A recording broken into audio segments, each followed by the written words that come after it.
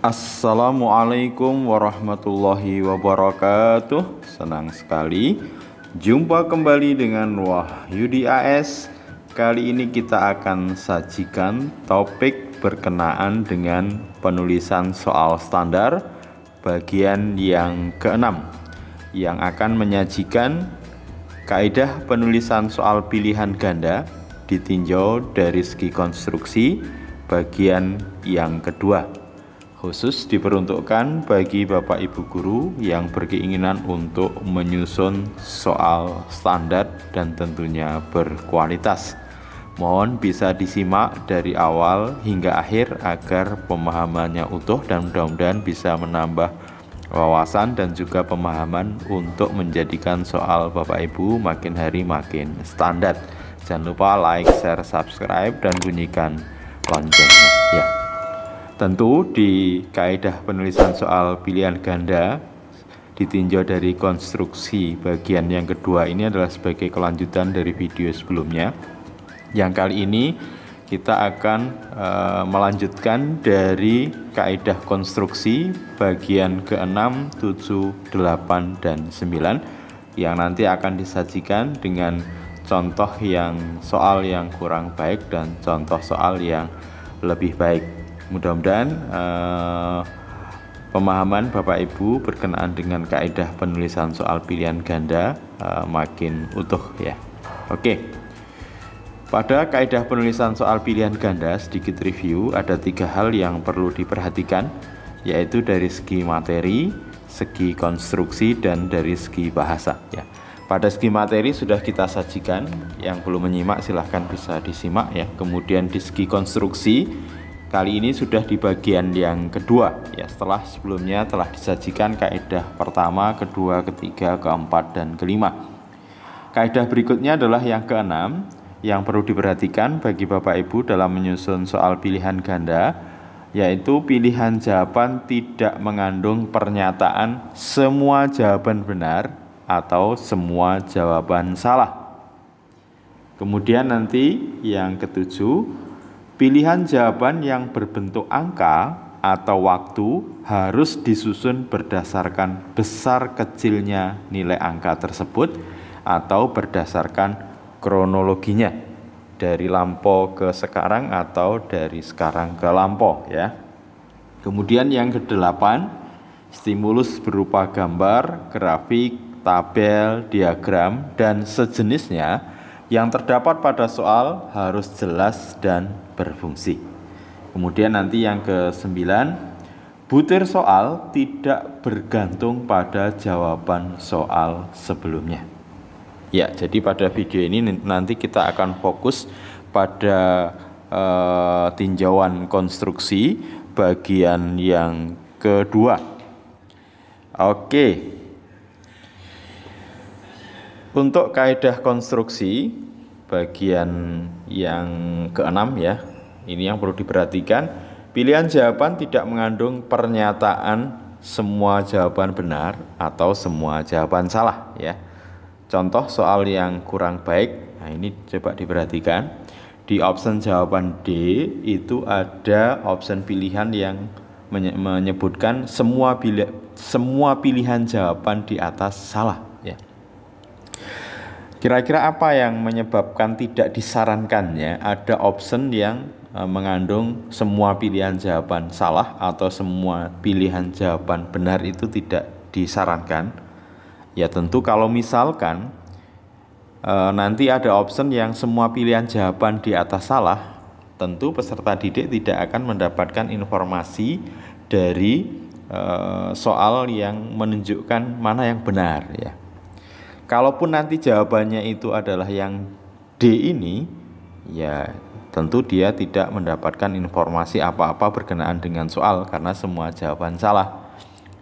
Dan tentunya kalau D ini tidak dipilih berarti ada satu option jawaban yang jelas tidak bekerja. Ya, artinya kita sudah terkurangi option jawabannya sehingga sebenarnya jawabannya tinggal A, B, ataupun C.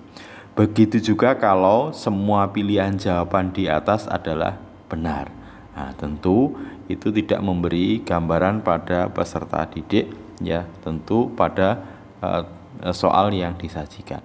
Sehingga mungkin soal yang lebih baik ya option D tadi itu diganti dengan option yang tidak menyebutkan semua pilihan jawaban di atas salah ya. Misalkan di sini diberi option manusia akan mencari sumber daya alam yang lain sebagai pengganti hutan ya. Jadi sekali lagi tidak disarankan untuk menyajikan option jawaban dalam bentuk semua jawaban benar atau semua jawaban salah ya.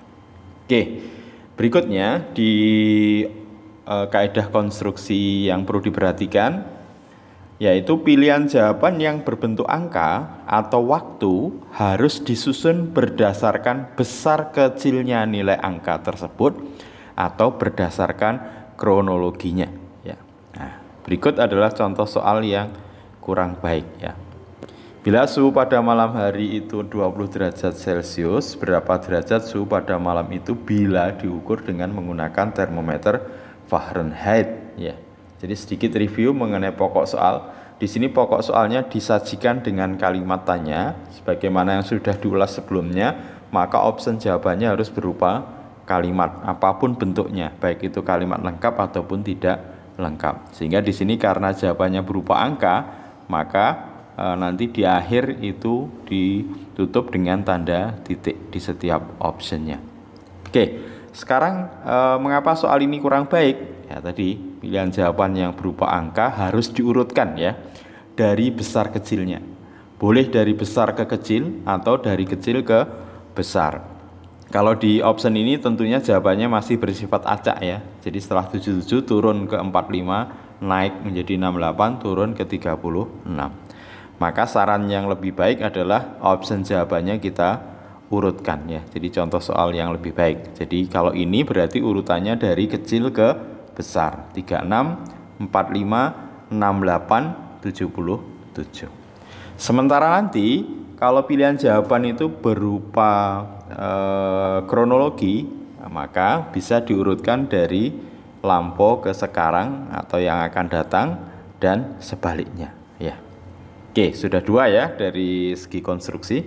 Kemudian berikutnya gambar, grafik, tabel, diagram, dan sejenisnya yang terdapat pada soal harus jelas dan berfungsi. Jadi sekali lagi di sini menunjukkan bahwa stimulus yang kita sajikan yang itu berupa gambar, grafik, tabel, diagram, dan sejenisnya nanti harus jelas dan berfungsi. Tidak hanya jelas tapi juga berfungsi. Oke. Contoh soal yang kurang baik. Perhatikan disajikan stimulus berupa gambar ya. Di sini ada gambar bumi, ini ada lapisan-lapisan mestinya ya. 1 2 3 4 ya. Kemudian perhatikan pokok soalnya. Karakteristik lapisan troposfer adalah bla bla bla bla bla. Ya. Nah, sekarang coba diamati kira-kira di manakah letak dari soal ini kurang baik ya, di mana pokok bahasanya tadi adalah gambar, grafik, tabel, dan seterusnya harus disajikan dengan jelas dan berfungsi. Ya tentu soal ini kurang baik. Kenapa? Nah, perhatikan di pokok soalnya. Di sini disebutkan bahwa karakteristik lapisan troposfer. Nah, karena sudah disebutkan lapisan troposfer, ya tentu gambar yang sudah disajikan itu ya tidak berfungsi.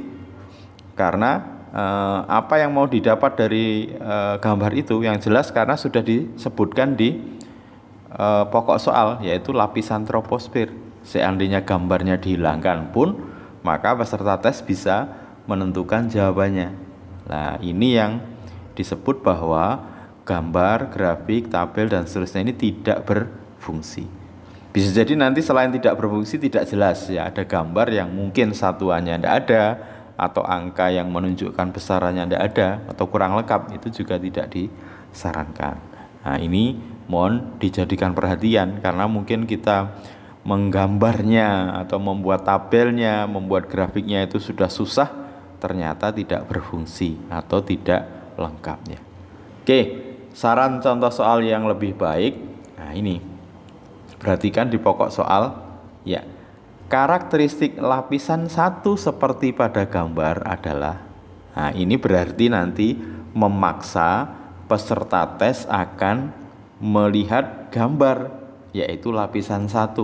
Kemudian dari lapisan 1 menentukan ini lapisan apa, troposfer kah, stratosfer kah, atau yang lain, sehingga gambar yang disajikan atau stimulus yang disajikan itu berfungsi ya.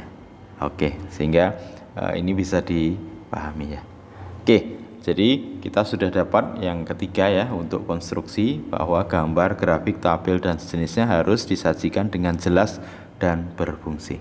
Oke, terakhir adalah pada segi konstruksi, butir soal tidak bergantung pada jawaban soal sebelumnya.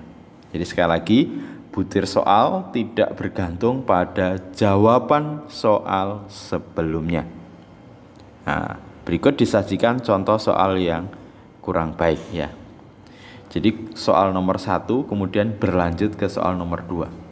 Pada soal nomor 1 tidak ada permasalahan ya. Pada bagian testis terdapat saluran-saluran berbentuk seperti tabung ya. Nah, ini namanya apa? Pilihan A, B, C, D. Artinya pada soal nomor 1 tidak ada masalah. Yang menjadi masalah adalah di soal nomor 2, di mana di sini disajikan bagian yang dimaksud pada soal nomor 1. Nah, ini bagian yang dimaksud pada soal nomor 1. Nah, ini artinya kalau ada peserta tes yang tidak bisa menyelesaikan soal nomor 1, itu sudah dipastikan dia tidak bisa menyelesaikan di soal nomor 2. Artinya kalau jawaban soal nomor 1 itu jelas salah, otomatis di nomor 2 ini sudah bisa dipastikan nanti salah. Nah, ini namanya soal itu tidak independen ya. Jadi soal nomor 2 ini tergantung dari soal nomor 1, maka soal itu tidak disarankan. Oke, saran yang lebih baik atau contoh soal yang lebih baik, nah, nomor 1 tetap ya, nomor 2 ya disebutkan, ini berarti sudah tidak ada kaitannya dengan nomor 1. Fungsi tubulus seminiferus adalah, jadi kalaupun mungkin peserta tes nomor 1 menjawabnya salah, itu tidak mempengaruhi soal nomor 2, karena soal nomor 2 ini bersifat independen. Oke, mudah-mudahan ini bisa menjadi pemahaman ya bagi Bapak Ibu. Kita sudah sajikan dari kaidah penulisan soal pilihan ganda, segi materi ada 3 ya, kemudian di segi konstruksi ini tadi ada 9 ya, ada 12 kaidah. Mudah-mudahan nanti akan kita sempurnakan di video berikutnya berkenaan dengan kaidah bahasa ya. Oke, terima kasih, sampai ketemu lagi pada video berikutnya. Wassalamualaikum warahmatullahi wabarakatuh.